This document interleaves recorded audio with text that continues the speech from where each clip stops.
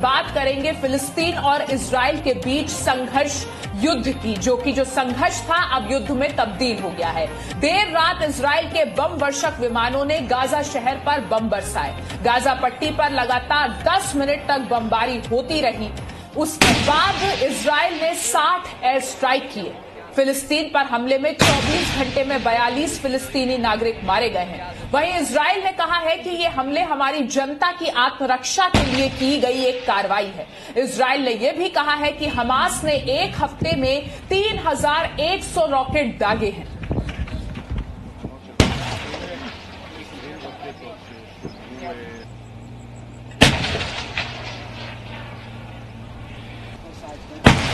तो गाजा पर जो बमबारी हुई है उसकी तबाही की पूरी तस्वीर हम आपको समझाने की कोशिश कर रहे हैं। इजराइल के बम वर्षक विमानों से बरसाए गए बम, गाजा पट्टी पर लगातार 10 मिनट तक बमबारी हुई। देर रात 60 एयर स्ट्राइक से दहला गाजा शहर। 24 घंटे में मारे गए 42 फिलिस्तीनी नागरिक। 70% जनता की आत्मरक्षा के लिए ये कार्रवाई की गई। इजराइल का ये कहना है हमास ने एक हफ्ते में 3100 रॉकेट दागे हैं। ये इजराइल का आरोप है।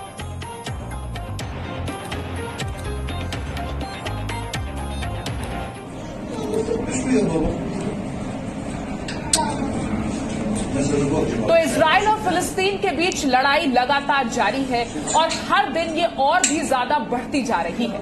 इससे महामारी से लड़ रही दुनिया के सामने एक बड़ा संकट और आ गया, क्योंकि इजराइल और फिलिस्तीन के बीच तनातनी से दुनिया के बाकी देश दो धड़ों में बंटने लगे हैं। अमेरिका खुलकर इजराइल का साथ दे रहा है तो 57 मुस्लिम देश भी बैठक कर आगे की रणनीति तैयार कर रहे हैं। हालात पूरी तरह से वर्ल्ड वॉर की स्थिति में पहुंचते नजर आ रहे हैं।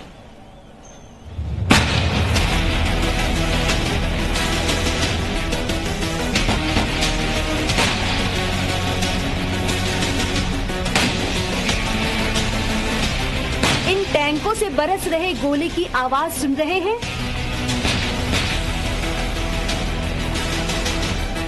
ये इजराइल का दुश्मनों के खिलाफ नया मोर्चा है।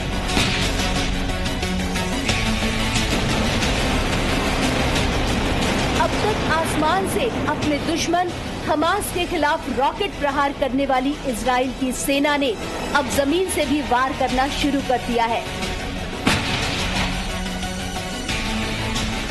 हमास के कब्जे वाले गाजा शहर पर इजराइल ने जमकर गोले दागे।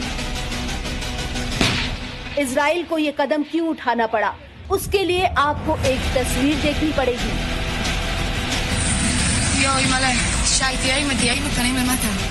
ये पिता अपने बच्चे को गोद में लेकर बैठा हुआ है। दरअसल ये शख्स बैठा हुआ नहीं बल्कि छिपा हुआ है। इजराइल के तेल अवीव में दिन के वक्त फिलिस्तीन की आर्मी हमास ने रॉकेट से हमला कर दिया। आसमान में रॉकेट का धुआं दिख रहा था।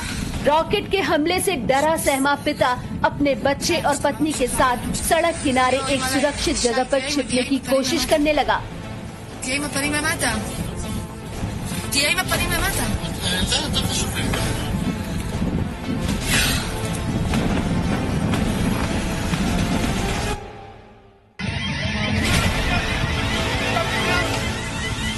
अब इजराइल के शहर रमतगंज शहर में दिन के वक्त जलती इस बिल्डिंग को देखिए।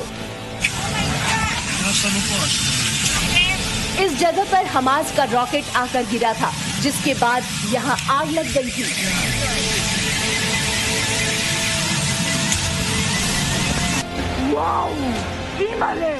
हमास ने तीसरा हमला इजराइल के अशदोद शहर में किया, जहां रॉकेट हमले के बाद भीषण आग लग गई।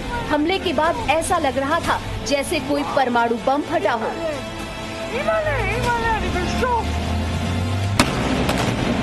इजराइल पर रॉकेट हमले गाजा शहर से हुए।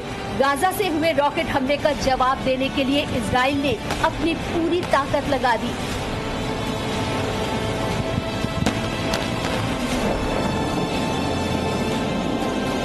शनिवार की रात इजराइल ने गाजा शहर पर रॉकेट की बौछार कर दी।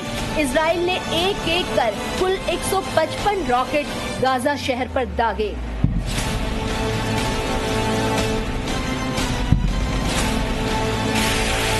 रात के अंधेरे में इजराइल के लड़ाकू विमानों से गाजा पर बम बरसाए जा रहे थे। अलग अलग जगहों पर काला धुआं उठ रहा था। तेल अवीव पर रॉकेट हमले का बदला इजराइल ने गाजा के हमास के कमांडर के घर पर बम बरसा कर लिया। कई घंटों तक गाजा शहर में लड़ाकू विमानों और बम धमाकों की आवाज गूंजती रही।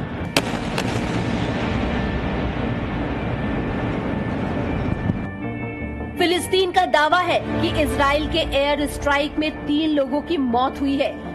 गाजा के अधिकारियों का दावा है कि शहर में अब तक 145 लोग मारे जा चुके हैं, जिनमें 41 बच्चे भी शामिल हैं। वहीं इजराइल का दावा है कि हमास के रॉकेट हमले में अब तक 10 लोगों की जान जा चुकी है। इजराइल के प्रधानमंत्री बेंजामिन नेतन्याहू ने गाजा पर हमलों को जायज ठहराया। नेतन्याहू ने दावा किया कि इजराइल की जवाबी कार्रवाई में कई हमास आतंकवादी अब तक मारे जा चुके हैं और आतंकी संगठन के कई ठिकानों को बर्बाद किया गया है। אנחנו ממשיכים לפעול במלוא העוצמה. אנחנו מתחילים על ארגוני הטרור מכות מחץ. מי שהצית את האש, חוטף אש. इजराइल ने आतंकवाद के खिलाफ लड़ाई में जीरो टॉलरेंस की नीति का एक सबूत शनिवार को भी दिया था, जब गाजा में अलग अलग मीडिया समूह के दफ्तरों वाली बिल्डिंग को एयर स्ट्राइक में गिरा दिया था। इजराइल का दावा था कि इस बिल्डिंग में आतंकी संगठन हमास का दफ्तर था।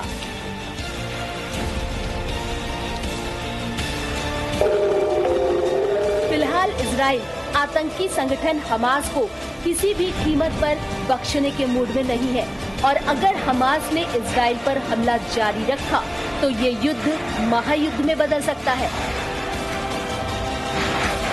ब्यूरो रिपोर्ट, जी मीडिया।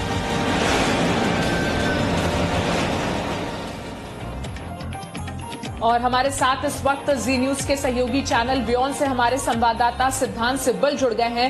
सिद्धांत, जिस तरीके से इजराइल और फिलिस्तीन के बीच तनातनी की स्थिति बहुत ही ज्यादा तनावपूर्ण होती जा रही है दिन ब दिन, हमने हिंदुस्तान को भी देखा किस तरीके से यूएनएससी में भारत ने अपना पक्ष साफ किया है कि दोनों ही जगहों से एक शांति की प्रक्रिया की शुरुआत होनी चाहिए, लेकिन इस वक्त जब आप अपडेट देंगे हमें तो स्थिति का किस तरीके से आकलन करेंगे, एनालिसिस करेंगे? देखिए, अभी भी सिचुएशन जो है ऑन ग्राउंड काफी नाजुक बनी हुई है। बल्कि मैं आपको बता दूं, कल जो पूरा दिन था सबसे ब्लडीएस्ट डे माना जा रहा है। इस पूरे जो अभी सिचुएशन बन गई, जो वायलेंस हो रही है, और कहीं ना कहीं जैसे हमने देखा है रिपोर्ट्स आए, इजरायली कह रहे हैं कि करीब 3000 रॉकेट्स गाजा से हमास के द्वारा फेंके गए इजराइल की तरफ, और वही पैलेस्टीनियन अथॉरिटीज कह रही हैं कि करीब 42 सिविलियन संडे को ही मारे गए इजरायली रॉकेट स्ट्राइक्स में। तो लग नहीं रहा है कि सिचुएशन जल्दी इंप्रूव होगी, स्पाइरल आउट कर रही है। कल हमने देखा यूनाइटेड नेशन सिक्योरिटी काउंसिल की अहम मीटिंग हुई थी, जो यूएनएससी मेंबर्स हैं सबने अपने कमेंट्स दिए और कहीं ना कहीं रिस्ट्रेन की तरफ दोनों को कहा कि पैलेस्टाइन और इजराइल दोनों को रिस्ट्रेन की जरूरत है। भारत का भी यही मानना था कि रिस्ट्रेन की जरूरत है, बल्कि भारत ने कंडेम करा जो हमास से जो एयर स्ट्राइक्स आ रही है, जो रॉकेट स्ट्राइक्स आ रही है, और इजराइल का भी जिक्र करा कि रिटेलिएटरी स्ट्राइक में जो वायलेंस हो रही है, जो सिचुएशन बन रही है, वो भी अच्छी नहीं है। पर कहीं ना कहीं लग रहा है अब इंटरनेशनल कम्युनिटी भी दूर हो रही है, क्योंकि वो कुछ कर नहीं पा रहे इस सिचुएशन के अंदर, और ये अब इजराइल और हमास पे है कि कैसे वो सिचुएशन को डाउस करते हैं। अभी तक कोई भी हमने कोई पॉजिटिव जेस्चर नहीं देखे, ना ही हमास से रॉकेट स्ट्राइक्स बंद हो रहे हैं और ना ही रिटेलिएटरी स्ट्राइक्स ऑब्वियसली नहीं बंद हो गया। हमने विजुअल्स भी देखे हैं, और ये जो सिचुएशन है तब आ रही है जब हमने देखा कोविड सिचुएशन ग्लोबली काफी डेंजरस बनी हुई है। और अगर हम गजा पट्टी की बात कर लें, वहां पे काफी डेंसली पॉपुलेटेड एरिया, और कहीं ना कहीं जो सिचुएशन डेवलप हो रही है वहां पे जो हॉस्पिटल्स हैं उन पे ज्यादा प्रेशर आ सकता है। और अगर इजराइल की बात कर ले तो वहां पे भी काफी सिविलियन कैजुअलिटीज हुई है। बल्कि भारत की नेशनल जो सौम्या जो केरला से है, केयर गिवर, वो मारी गई थी एक हमास के स्ट्राइक में। और कल हमने देखा कि कैसे जो इजराइल के काउंसिल जनरल हैं बैंगलोर में, वो केरला गए और केरला जाके उन्हें श्रद्धांजलि पेश किया। अभी थोड़ी देर पहले करिए 1 घंटे पहले उन्हें खास बातचीत करी बियॉन्ड से और कहा कि एक पर्सनल सपोर्ट इजराइल की तरफ से था, इसलिए वो गए थे। क्योंकि मैं आपको बता दूं ऐसा होता नहीं है जनरली कि कोई फॉरेन कंट्री का डिप्लोमेट जाए, पर हमने देखा कि कैसे इजराइल के डिप्लोमेट्स यहाँ दिल्ली में भी एयरपोर्ट पे आए जब मॉर्टल रिमेन्स आए, और कहीं ना कहीं केरला भी वो गए और कोविड के वक्त गए और कहीं ना कहीं श्रद्धांजलि दी। जी, और सिद्धांत आपके ही जरिए हमने देखा किस तरीके से यूएनएससी में न्यू दिल्ली ने अपना एक स्ट्रॉन्ग सपोर्ट दिया था to the just Palestinian cause and its unwavering commitment to the 2 state solution. लेकिन जो स्थिति अभी देखने को मिल रही है उससे यही लग रहा है कि फिलिस्तीन और इजराइल की इस लड़ाई में पूरी दुनिया 2 धड़ों में बंट गई है, 2 पार्ट्स में डिवाइड हो गई है। जी हाँ, ये तो होना ही था। कहीं ना कहीं हमने देखा है जो यूजुअल पोजीशंस है सबने अपनी यूजुअल पोजीशन ली। भारत ने भी रिटरेट ही करा कि जो जस्ट पैलेस्टीनियन कॉज है, अब ये एक अहम चीज है क्योंकि कहीं ना कहीं भारत ने सपोर्ट करा है पैलेस्टाइन का जो एक तरफ से एक पॉलिसी है कि पैलेस्टाइन एक देश होना चाहिए, 2 स्टेट सोल्यूशन होना चाहिए, पर उसी लाइन में भारत ने कंडेम भी करा है हमास के रॉकेट टेरर जो अटैक्स हो रहे हैं, स्ट्राइक्स जो हो रहे हैं, रॉकेट स्ट्राइक्स, और कहीं ना कहीं वो दिखाता है भारत की क्लियर पॉलिसी हमास को लेके और पैलेस्टाइन को लेके। पैलेस्टाइन को सपोर्ट करना है पर हमास के जो रॉकेट स्ट्राइक्स हो रहे हैं उसे कंडेम करना है, और ये जो पॉलिसी एक इंपॉर्टेंट एक भारत के ने यूएनएससी के सामने प्रेजेंट करी। और कहीं ना कहीं भारत ऑब्वियसली पोजीशन नहीं लेगा क्योंकि भारत के लिए एक पैलेस्टाइन जो इशू है एक लॉन्ग स्टैंडिंग एक सपोर्ट भारत की रही है। और इजराइल की अगर बात कर ले तो भारत का अच्छा रिश्ता है इजराइल से, और कहीं ना कहीं अगर भारत पोजीशन लेता है तो वो भारत के लिए नेगेटिव होगा, जिसका कोई फायदा मेरे को लगता नहीं होगा। जी, बहुत बहुत शुक्रिया सिद्धांत आपका इस पूरी जानकारी के लिए। हम आपसे लगातार अपडेट्स लेते रहेंगे। तो इजराइल और फिलिस्तीन के बीच चल रही लड़ाई में आरोप प्रत्यारोप का दौर भी जारी है। हमास आरोप लगा रहा है कि इजराइल नागरिकों को निशाना बना रहा है, वहीं इजराइल ये दावा कर रहा है कि वो हमास के रॉकेट हमले की जवाबी कार्रवाई में हमास के कब्जे वाले गाजा शहर को निशाना बना रहा है। रिपोर्ट देखिए।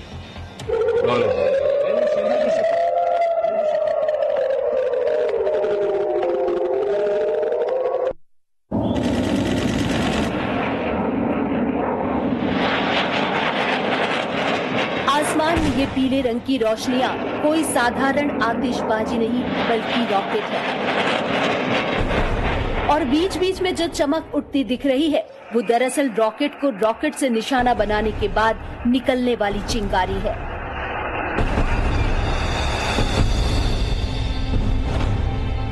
इजराइल के कई शहरों में लोगों की पिछली कई रातें इन्हीं धमाकों के शोर में बीती है। हमास गाजा शहर से रॉकेट हमला करता है तो इजराइल अपने एयर डिफेंस सिस्टम से उन रॉकेट को आसमान में ही खत्म कर देता है।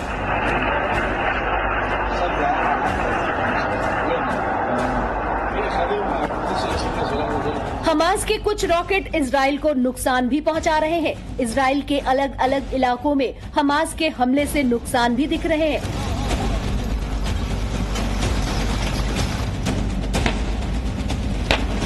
एक तरफ इजराइल अपनी रक्षा में गाजा शहर पर प्रहार कर रहा है तो दूसरी तरफ इजराइल के अंदर ही फिलिस्तीन के लोग इजराइल की सेना के खिलाफ प्रदर्शन कर रहे हैं।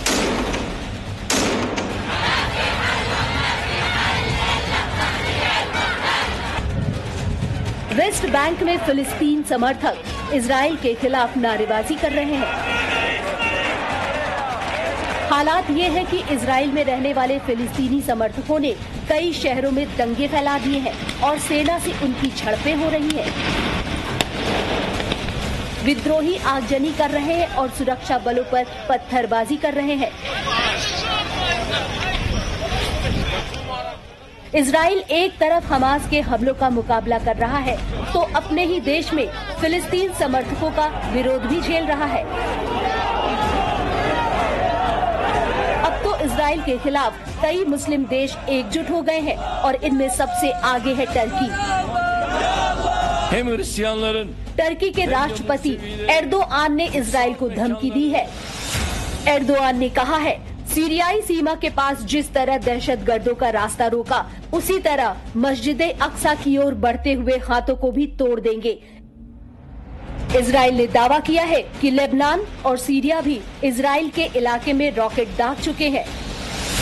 इजराइल के हमले को लेकर मुस्लिम देशों के संगठन OIC की बड़ी बैठक होने जा रही है। इस बैठक में OIC के 57 देशों के प्रतिनिधि शामिल होंगे और इजराइल के खिलाफ रणनीति का ऐलान कर सकते हैं।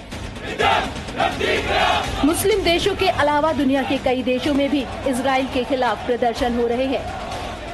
स्पेन की सड़कों पर लोगों ने फिलिस्तीन के समर्थन में प्रदर्शन किया। कनाडा और फ्रांस में भी मुस्लिम धर्म के लोगों ने इजराइल के खिलाफ रैली निकाली। इजराइल के खिलाफ 57 देश भले ही इकट्ठा हो गए हैं, लेकिन इजराइल ने साफ कर दिया है कि वो आतंकवादियों के खिलाफ हमला जरूरत पड़ने तक जारी रखेगा। אבל בניגוד לחמאס, שמכוון לפגוע באזרחים תוך כדי זה שהוא מסתתר מאחורי אזרחים, אנחנו עושים הכל, אבל הכל, כדי להימנע או לצמצם ככל האפשר את הפגיעה באזרחים ולפגוע ישירות במחבלים. हालांकि इजराइल और फिलिस्तीन के बीच शांति कायम करने के लिए अमेरिका भी आगे आया है। अमेरिकी राष्ट्रपति जो बाइडेन ने इजराइल के प्रधानमंत्री नेतन्याहू और फिलिस्तीन के राष्ट्रपति महमूद अब्बास से फोन पर बात की और दोनों देशों से शांति की अपील की। वैसे शांति की कोशिश के लिए संयुक्त राष्ट्र भी पहल कर रहा है। संयुक्त राष्ट्र की एक अहम बैठक होनी है जिसमें दोनों देशों से युद्ध का रास्ता छोड़ने और शांति बहाली की अपील की जा सकती है। ब्यूरो रिपोर्ट, जी मीडिया। तो आतंकवादी संगठन हमास ने बिना किसी चेतावनी के इजराइल के ठिकानों पर रॉकेट हमले की शुरुआत की। हमास अब तक हजारों रॉकेट से इजराइल पर हमला बोल चुका है, लेकिन इजराइल ने आसमान में एक रक्षा कवच बनाया हुआ है जो दुश्मन के रॉकेट को हवा में ही खत्म करने की ताकत रखता है। इस अभेद्य कवच का नाम है आयरन डोम शील्ड। देखिए कैसे इजराइल का रक्षा कवच उसके नागरिकों की जान बचा रहा है।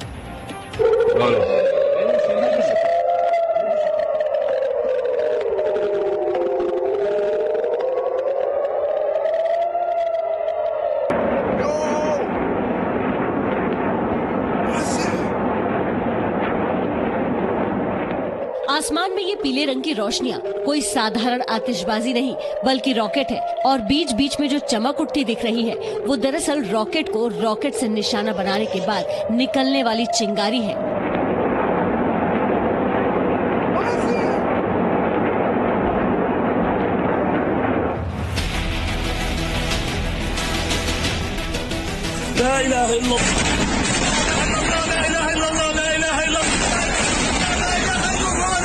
इजराइल में जंग के हालात हैं। इजराइल के दुश्मन और फिलिस्तीन के आतंकवादी संगठन हमास ने इजराइल पर रॉकेट हमलों की बौछार कर दी है। अपने कब्जे वाले इलाके गाजा से हमास रॉकेट लॉन्चर से इजराइल पर हमला कर रहा है। बीते 3 दिनों के अंदर आतंकवादी संगठन हमास की ओर से इजराइल पर 1,500 से ज्यादा रॉकेट दागे गए हैं। अब जरा सोचिए, इतने रॉकेट अगर किसी एक शहर पर गिरे तो उस शहर के हालात क्या होंगे। लेकिन इजराइल की एडवांस तकनीक के आगे हमास के रॉकेट टाई टाई फिस हो जा रहे हैं, क्योंकि इजराइल की तकनीक और उसके रॉकेट हमास के रॉकेट की आसमान में ही समाधि बना दे रहे हैं।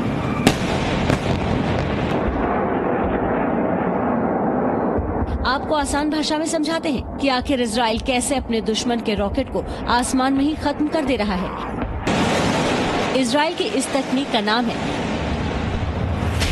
आयरन डोम शील्ड। दरअसल ये इजराइल का शक्तिशाली एयर डिफेंस सिस्टम है।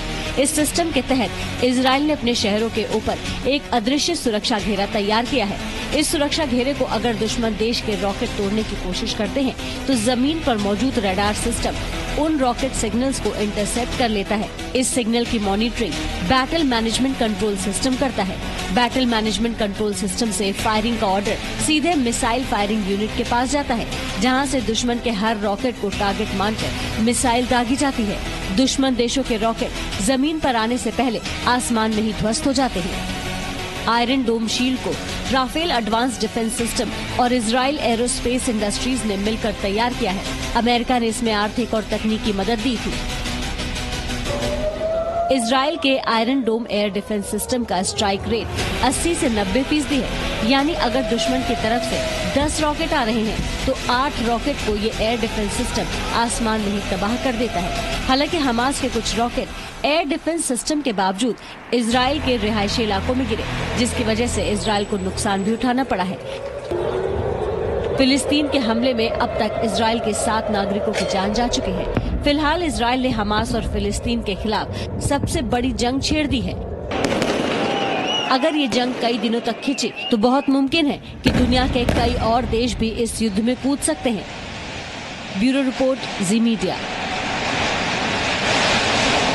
Presenting B News app, available on Google Play and App Store. Download it now.